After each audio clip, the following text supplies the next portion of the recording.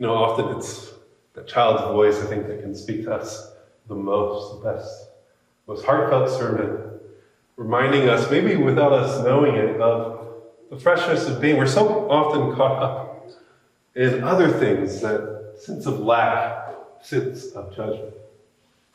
And today we're hearing about how this individual comes to Christ and kind of wants an out. I mean, we all kind of want things our way, obviously.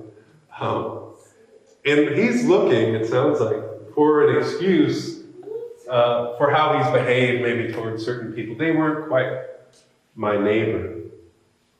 And so he wants understanding. He wants Jesus to explain what a neighbor is. The reading this morning comes from Luke, chapter 10, verses 25 to 35. Just then, a lawyer stood up to test Jesus. "Teacher," he said, "what must I do to inherit eternal life?"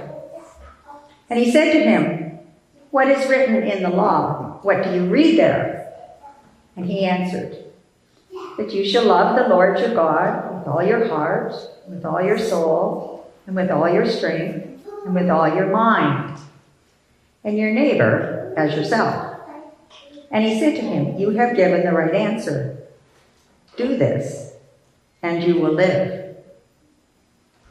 But wanting to justify himself, he asked Jesus, "And who is my neighbor?" Jesus replied, "A man was going down from Jerusalem to Jericho and fell into the hands of robbers, who stripped him, beat him, and went away, leaving him half dead. Now by chance, a priest was going down that road, and when he saw him, he passed by on the other side. So likewise a Levite, when he came to the place and saw him, passed by on the other side. But a Samaritan, while traveling, came near him, and when he saw him, he was moved with pity. He went to him, bandaged his wounds, having poured oil and wine on them. Then he put him on his own animal, brought him to an inn, and took care of him. The next day he took out 2 denarii, gave them to the innkeeper, and said, "Take care of him, and when I come back, I will repay you whatever more you spend." Which of these 3 do you think was a neighbor to the man who fell into the hands of the robbers? And he said, "The one who showed him mercy." And Jesus said to him, "Go and do likewise." And I think upon first reading, it almost sounds like Christ is saying, well, there's only certain people who are your neighbors. It's that very rare individual who would stop and pick up someone on the side of the road. I think there is something to that. But as always, I think Christ is also speaking to something much deeper, something inherent in each of us. At first, the statement's made that God is to be loved with all our strength, might, and mind in this region. And then the next statement is love your neighbor as yourself. And often I think when we're thinking divisionally, we're thinking from a sense of separate self-judgment, which is what our mind typically always does. We think of these as separate. But how are we to love our neighbor as ourselves, love our neighbor at all, if all our strength, all our mind, all our heart is loving God? There must be an overlap here. We're supposed to be able to do both. There must be some kind of overlap. And I don't think it's just because God wants us to love our neighbor. We love God so much that even though all our love is going to God, we have some for the neighbor. I think it's because they're inherently one.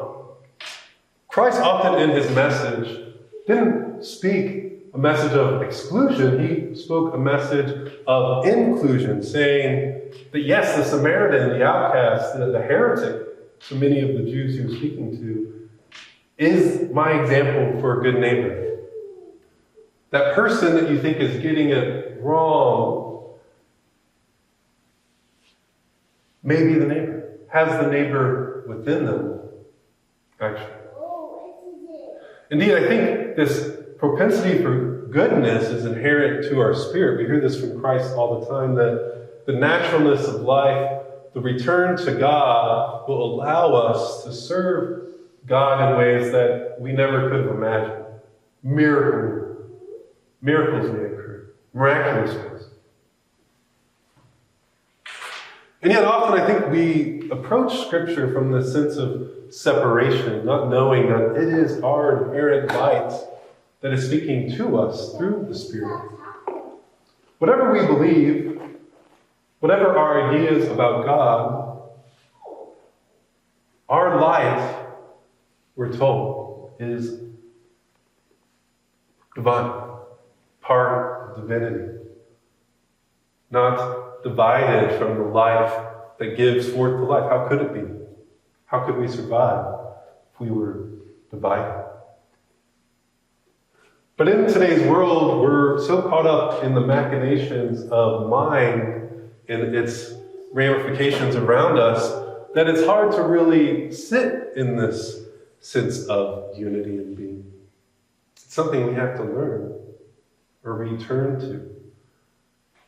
It's funny because it's always there with us, but because we invest so much in our thinking mind as that's me, we can't seem to find it. We can't seem to feel it. We don't know ourselves truly.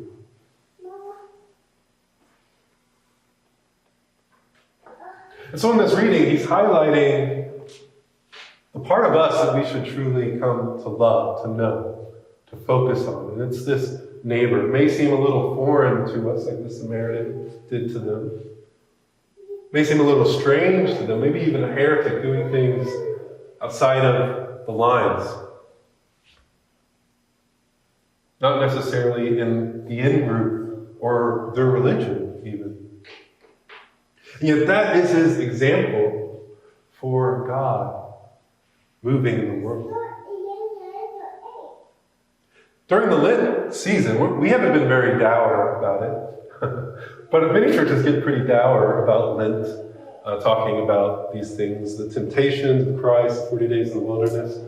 But it actually can be a very positive thing. We're all going through it, and we still have time to have joy, I believe. We're all going through our own, kind of walk with the Spirit, where yes, we come to focus on the good, we come to focus on the neighbor in life. Sometimes it's good to reflect on, yes, I'm called to maybe not invest so much on all that separate thinking.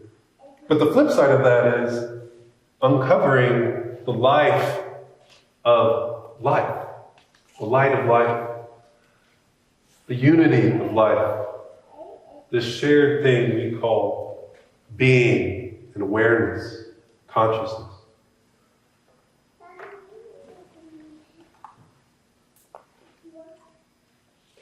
It's easy to get in our heads about it, to think we have to think more about it.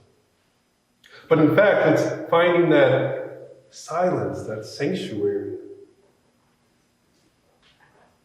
that the words are meant to help us discover.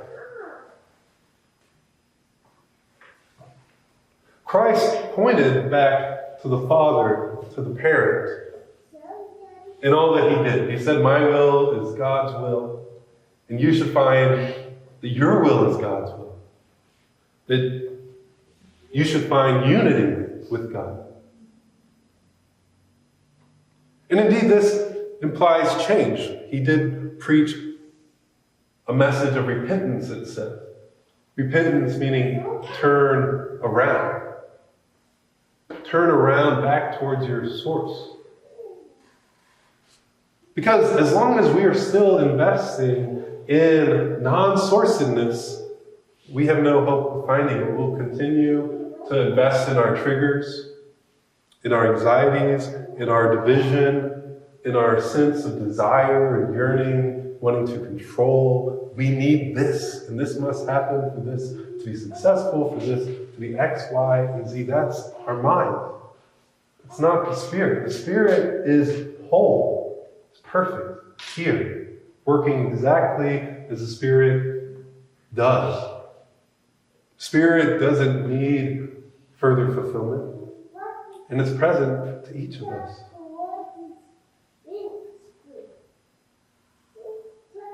To the extent we still operate from this place of unfulfillment, we're still operating from a sense of separateness.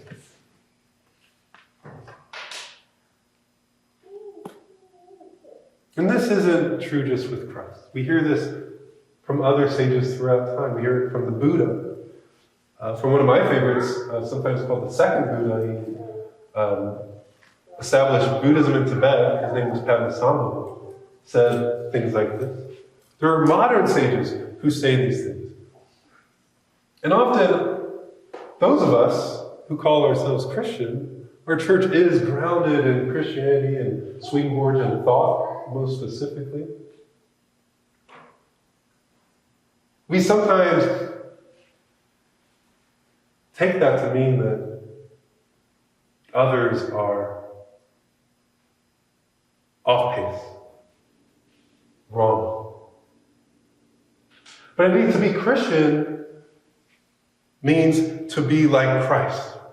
And Christ wasn't one to do that, to believe in that way. And so today we are asked to notice the neighbor in ourselves. That naturalness of life, it's not so caught up in what people think about us, what we think about them. It's not so caught up in that minutia, that analysis. It may still occur, but it doesn't invest so much, which allows a little more silence, a little more peace within. We're called to see the neighbor in others as well, noting that even if someone's not doing exactly what we like, who knows? Maybe that serves a purpose. Maybe our differences, that friction, maybe that's a beautiful thing. You know, it's not always a war. It's not always a fight. You know, we're all coming from different places. It can be helpful. It can be even fun if we don't take it so seriously that we are different. That we do believe differently. And even amidst war, even amidst true, devastating physical trial, Christ is pointing us to that place of peace that notices our frustration, notices our trouble. Saying that that place of peace is also the place our propensity for neighborliness comes from. Our propensity for love, the openness of love. When we think about it, in those moments of connectedness, where we're not caught up in our difference, it's almost always quite the same. It's like the openness of the sanctuary. It just feels like family. It feels like home. And so I thank you all for being the neighbor, my neighbor, for being one with God at your core. Let us allow ourselves to be lifted up by that divine working, that center of peace today. Closing our eyes for just a moment. If we feel so called, relaxing in our seat.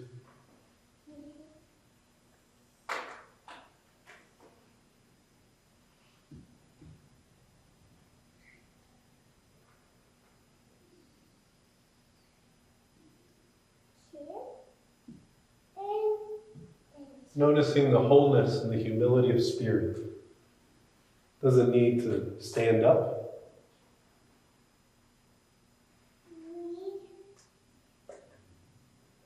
Doesn't need to force its way.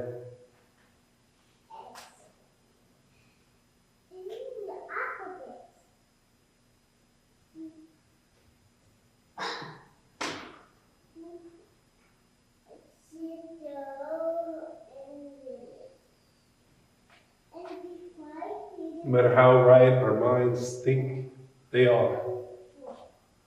The silence, knowingness of spirit is more correct, more true.